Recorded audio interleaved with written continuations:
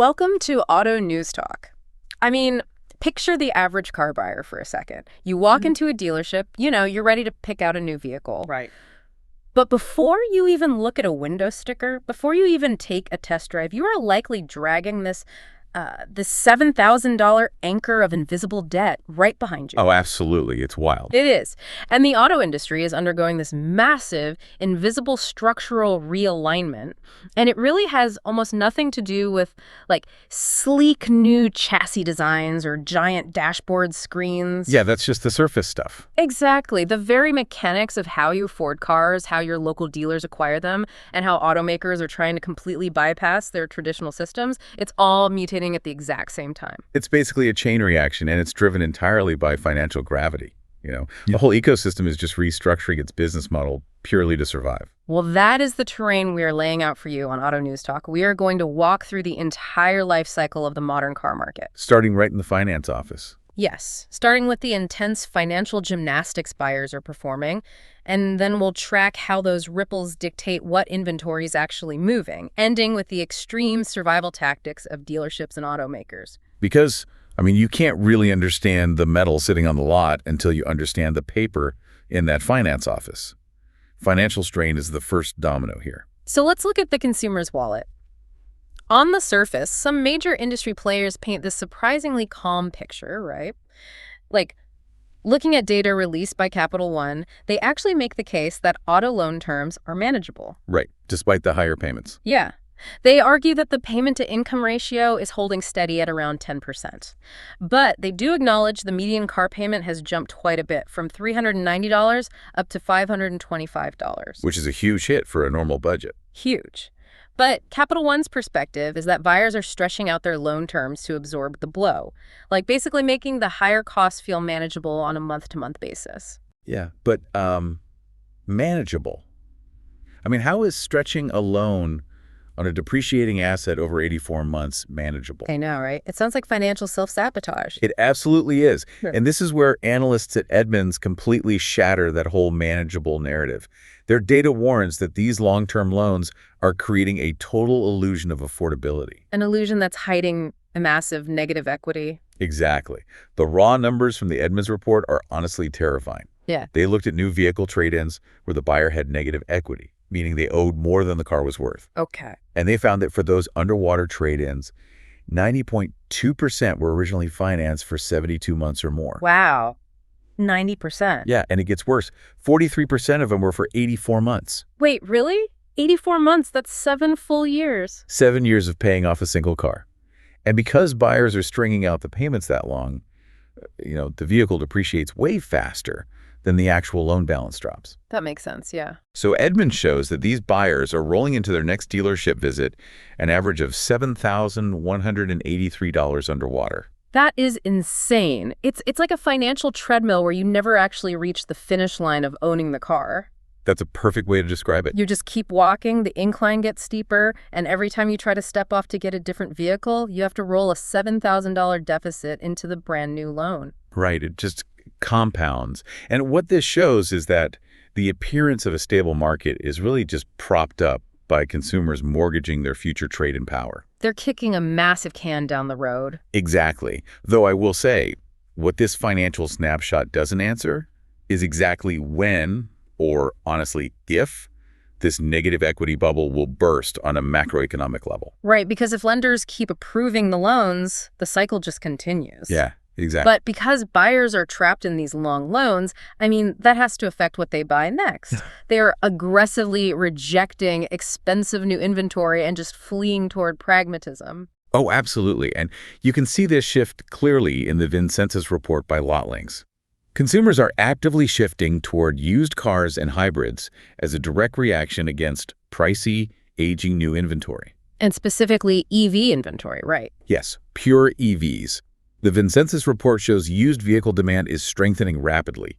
They're looking at a really tight 38-day supply for used cars. Okay, 38 days. Meanwhile, pure EVs are piling up with a 100-day supply across the industry. Wow. And the price gap there is just massive. The report highlights that the average used list price sits at $29,374, Right. compared to an average new vehicle sitting at $45,925. I mean, that's a $16,500 difference. It's a chasm. When you're trying to escape a $7,000 underwater loan, a $16,000 savings is the only life raft you have. Exactly. And the Vincennes report highlights some stark contrasts, like the Chevrolet Blazer EV. That thing is languishing at a 272-day supply. 272 days, just sitting there on the lot. It proves a massive disconnect between what automakers have been pushing, these expensive EVs, and what budget-strained consumers actually want. Yeah, and what they want is the ultimate cost-conscious middle ground, which is hybrids. The LotLinks data shows hybrids capturing a massive 25% of sales. They give you the fuel economy without the insane upfront price or the charging anxiety. Exactly.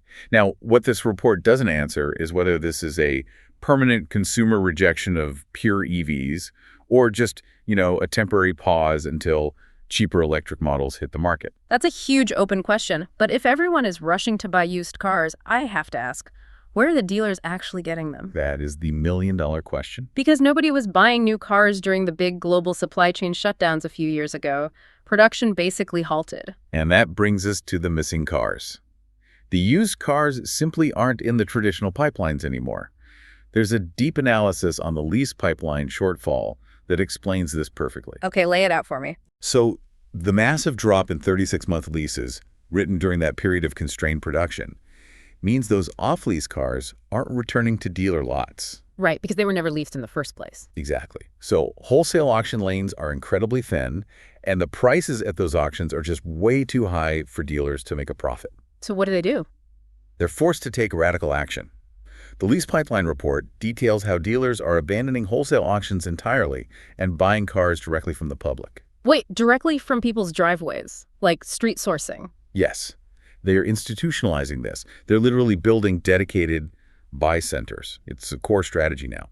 They have dedicated teams, same-day cash payouts, and rapid reconditioning processes, specifically targeting internal combustion and hybrid vehicles. It's like traditional retail stores suddenly having to become full-time pawn shops or yard sale hunters just to keep stock on the shelves. That is exactly what it's like. It fundamentally transforms the dealership model from being passive sellers to aggressive hunters. They have to go find the inventory themselves. Yeah. But, what this strategy doesn't address is the intense overhead cost and manpower required for a local dealer to run a scaled street sourcing operation. It is not cheap to do this. No, I can't imagine it is. And while dealers are out hunting the streets for hybrids, the automakers are sitting there realizing they built the wrong mix. Oh, I know. And they are trying to course correct, even if it means bypassing those exact same dealers entirely. Which is where things get really tense. Look at the reporting around the potential Scout listing.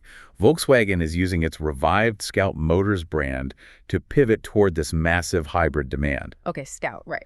But they are simultaneously attempting a direct-to-consumer model that sidesteps the traditional dealership completely. Wait, so let me get this straight. Yeah. VW is spinning up a whole separate entity, essentially, to build the hybrids they should have built anyway, and using it as a weapon against their own dealers. That's the strategy.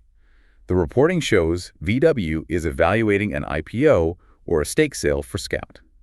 Legal separation is the key here to bypassing state franchise laws. Because franchise laws usually protect the local dealers from competing directly with the factory, right? Exactly. And VW has had these intense internal debates over the pace of an all-electric push.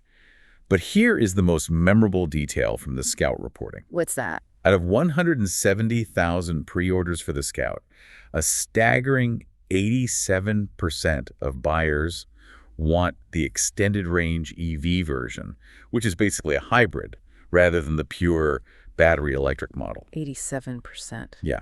It highlights this ultimate irony. OEMs are finally building the hybrids consumers are begging for, but they're using them as a Trojan horse to dismantle the traditional dealer network.